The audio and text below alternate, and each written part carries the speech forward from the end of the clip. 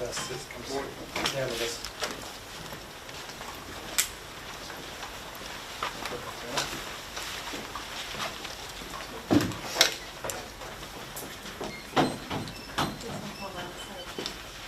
up, guys. What do you want? Anybody else from the PD want to come up? Why don't you guys, a couple of you guys want to come up and stand? No? Come on, it's your good work who's responsible for this, so You want to stand on this side, please? balance it out. Come on, you shouldn't have to fake this. Just kidding. Just don't have any sound from the podium. Yes. Boom. Nope, gotcha. Okay, we all set? We're good. Okay, thanks everyone for coming. We are here today to announce a large seizure and the indictment of 2 individuals. Each of those individuals have been charged with a series of Class A1 felonies, which is the most serious of narcotic felonies under New York state law, which is operating as a major trafficker.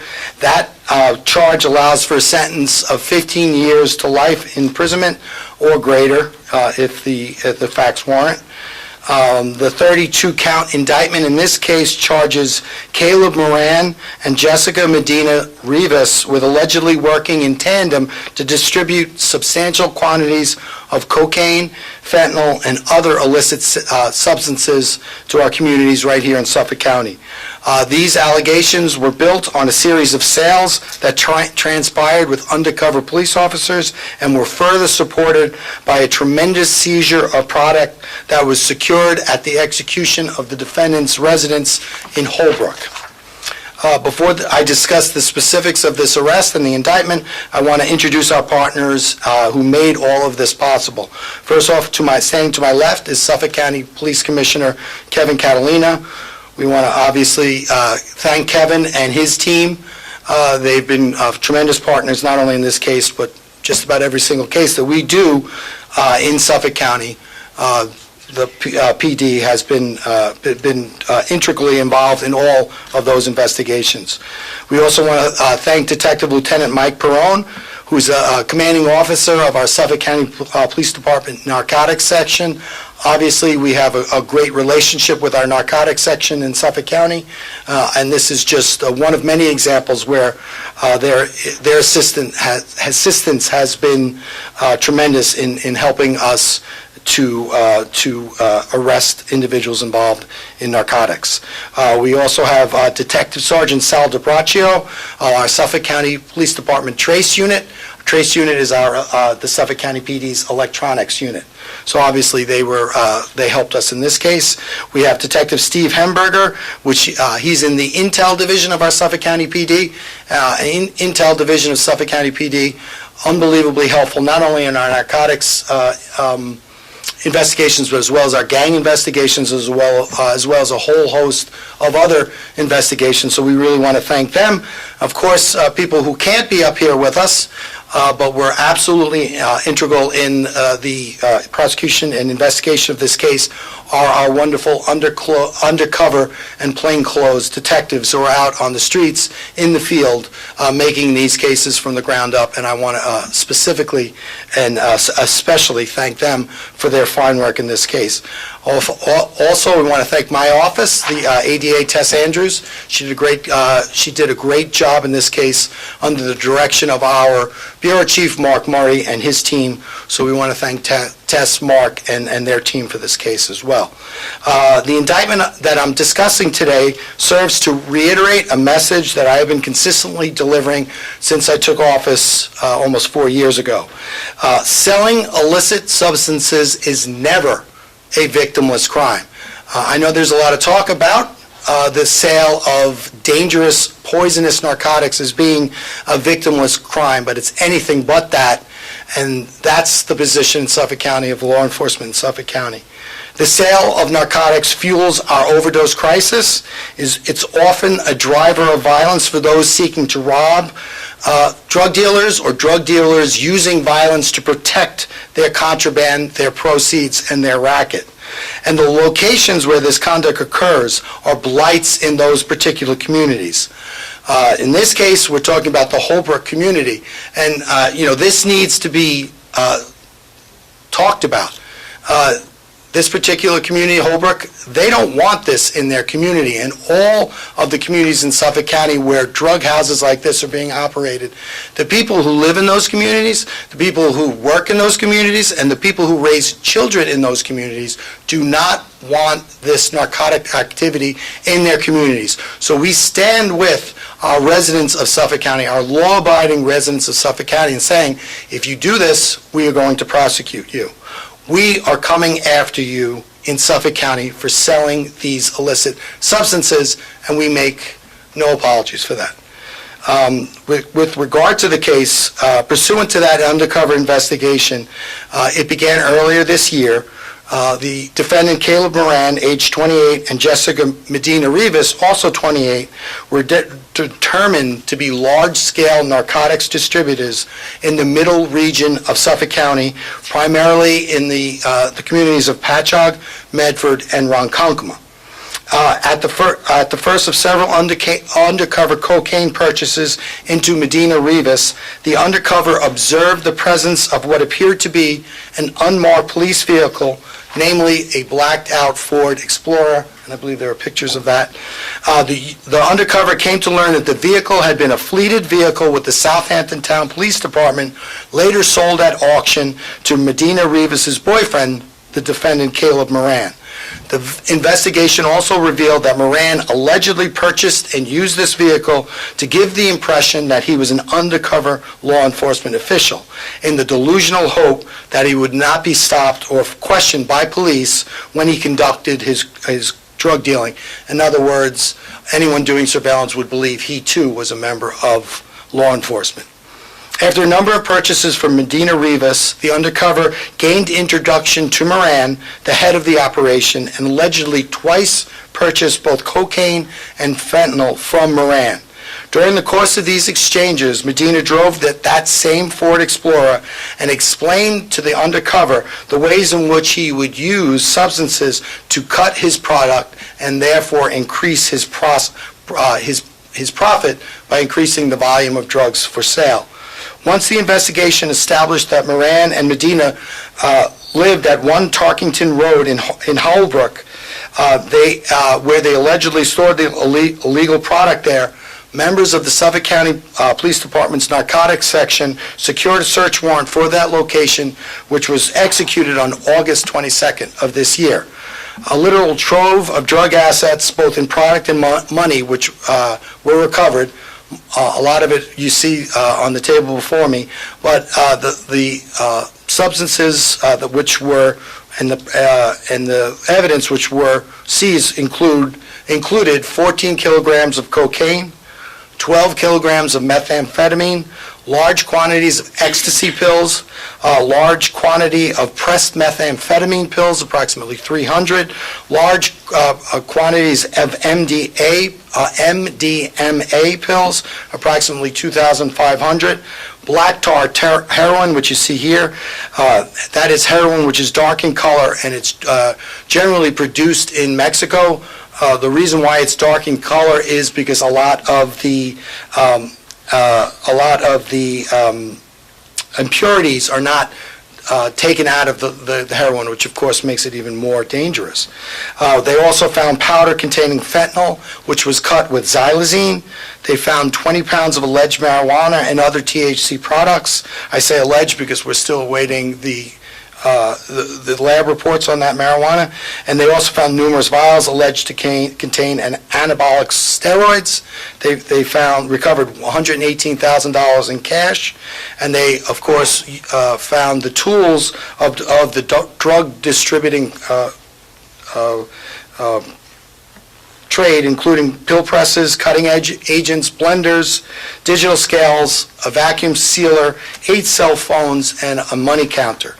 Also seized from the defendants were 2 firearms, a 12-gauge shotgun and a .38 caliber pistol, which were allegedly possessed to protect this substantial operation. Also, 2 bulletproof vests were recovered. Police also recovered a package addressed to a second location, Gator Motorsports, which is located at 439 West Main Street in East Patchogue. That package allegedly contained hallucinogenic gummies. Based upon this and other evidence, a search warrant was obtained to search that location, where approximately 80 pounds of what is believed to be marijuana and cannabis was recovered at that East Patchogue location. And again, we're awaiting the lab report on that. Charges related to the additional pounds of marijuana have not yet been indicted, as we are waiting for those tests. So that's an ongoing investigation.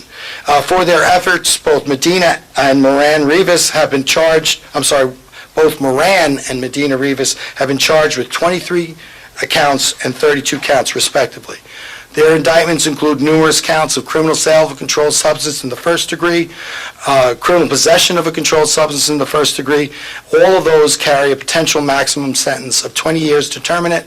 They're also charged with operating as a major trafficker, which is the top charge our state law allows, and that has a potential minimum sentence of 15 years to life imprisonment. What I want to do is I want to highlight what should be obvious to everyone. Locations like this residence belonging to these 2 defendants are often hiding in plain sight. No one puts up a sign and tells them that, our illicit drug trade is open for business.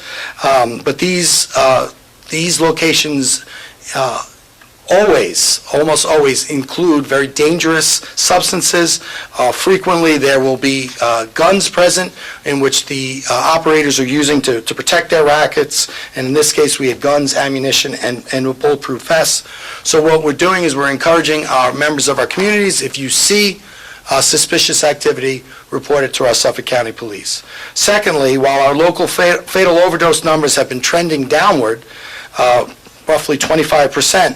What we are seeing in these overdoses is a higher higher incidence of mixed toxicologies. And if you look at all of these drugs, which oftentimes are mixed together, obviously, fentanyl and MDMA or xylazine or whatever, taken individually, they're very dangerous, but when you mix them together, the high is heightened, but also the danger of overdose is also greatly heightened as well. So this is very, very serious, and we treat it as such.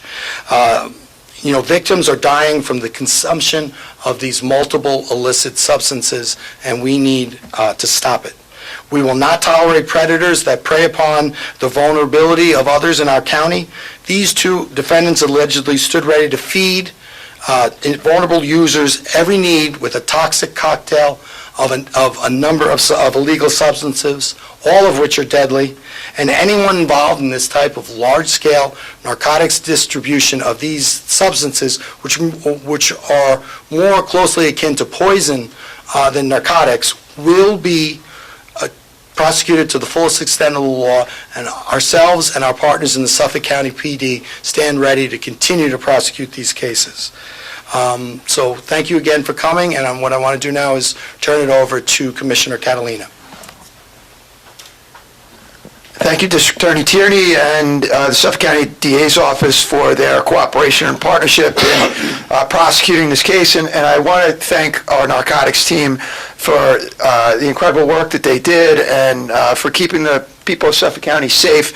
A seizure like this, you just don't come across that often, and this is one of the largest in the history of Suffolk County, and certainly the largest crystal meth seizure that we've ever had in the county. So again, thank you for all of your hard work in this case and for continuing to keep the people of Suffolk County safe. Thank you, Kevin. Are there any questions? Yeah, obviously this is a lot of drugs, a lot of different types of drugs on the table. And the commissioner just said, the largest quantity of methamphetamines. But yet there's 2 people charged. Are there additional charges expected in this case, or is this more fair to say this is a mom-and-pop operation? Well, the investigation is continuing. I mean, obviously, these are suppliers of these drugs who then, provide these drugs to third parties. The investigation is continuing in this case, so we'll leave it at that. What was the relationship between these two people, and did they own the home, were they renting the home, and was anyone else living there? I believe they were boyfriend and girlfriend, and they were renting that residence. You had said that drug overdoses have dropped about 25% in the county. Could you give us a little bit more information on that stat? So, it's difficult to say exactly, so I don't want to say, that's why I said roughly 25%, because the way, unfortunately, it happens is you have a person who's suspected of a drug overdose, and then you have, obviously, they go to the county morgue, and there's toxicology and done on those individuals, and those toxicology reports are, take time. And again, what you have to do is, because we have a cocktail of potential drugs that are responsible for that death, you've got to sort of do a series of toxicology reports. You check for heroin, you check for fentanyl, you check for xylazine, methamphetamine, so that takes a while. So our numbers are always lagging behind, because it takes time. So we don't have our 2025 numbers. But, I mean, when I started, I think our overdoses, when I started in 2022, our overdoses were in the 500s. Then we got down to the 400s the last 2 years, I believe, certainly last year. And this year, again, but it's projection, so you don't know. We're still awaiting a lot of results. But we anticipate our number being around 300 or so this year, which, again, is we're trending in the right direction. But when you talk about in a county where, that's still, more tn 10 times higher than our murder rate, typically. So those are 300 lives too many that have been lost. So we're going to continue to prosecute those individuals who are responsible for those deaths. How do you know that the cop car, they were meaning to look like they were undercover? We just spoke to the lawyers, and they're saying, like, people buy cars at auction all the time. Was there some sort of verbal admission, or how do you know? That is what the evidence in this case, that's what the evidence has established in this case. If you want to believe that they just innocently bought that car, that's what trials are for. Go ahead. Where does this, I know you guys said this is one of the biggest busts in, Suffolk County history, but where does this bust land, in terms of that list and in terms of your personal career, biggest bust wise? I have no idea, because I don't really keep those stats. I mean, as a federal prosecutor, I prosecuted a guy who was responsible for, 80 tons of cocaine coming to the United States. So, they're all big, and I don't say, other people keep those stats. I don't really know about those stats. I don't really care about those stats.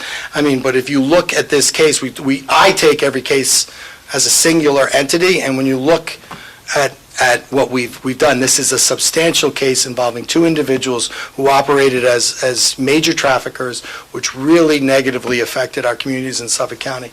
And that's the way we see it. And, where it stands, I'm sure there are people, our crime statisticians, that's what they're responsible for, but I don't know where it stands. I know it's big. And this father's business, where some of these drugs were allegedly kept, has it been searched, and has he been dismissed as someone involved? So I'm sorry, I cut you off. Okay. That location was the subject of a search warrant. We did, I believe, recover what we believe to be marijuana. We're awaiting the lab test in that case, and the investigation in this case is continuing.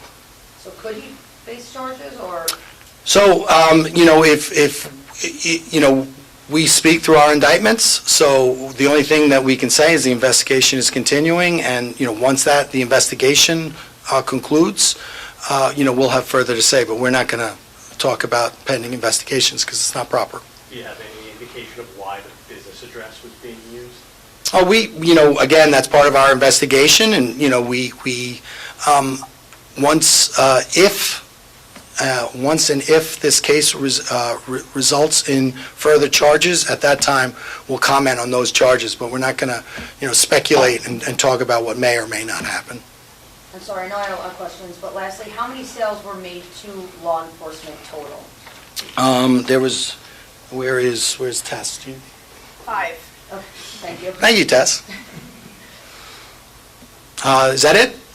Did I understand correctly, and I recorded it, so I'll go back and check, but did the vehicle, the police vehicle, it almost sounded like you suggested, not to put words in your mouth, but that that sort of made law enforcement more aware of these people because of that vehicle? Well, no, I think, I don't think that individuals who are not involved in law enforcement, they don't understand how law enforcement works. And one of the most dangerous things that you can have is undercover officers who are not aware of each other's presence from different agencies working the same case, because obviously you don't want that, because the potential, it creates a potentially dangerous situation. So I think in this instance, people would think that would help them avoid scrutiny, but kind of because of that eventuality and because of the professionalism of the undercovers, they noticed it and they immediately wanted to make sure, hey, are there other, armed law enforcement agents, in this case? Because if so, we got to get together, we got to make sure that we're on the same page. All right? Okay, thank you so much. All right. Okay, thank you, guys. All right.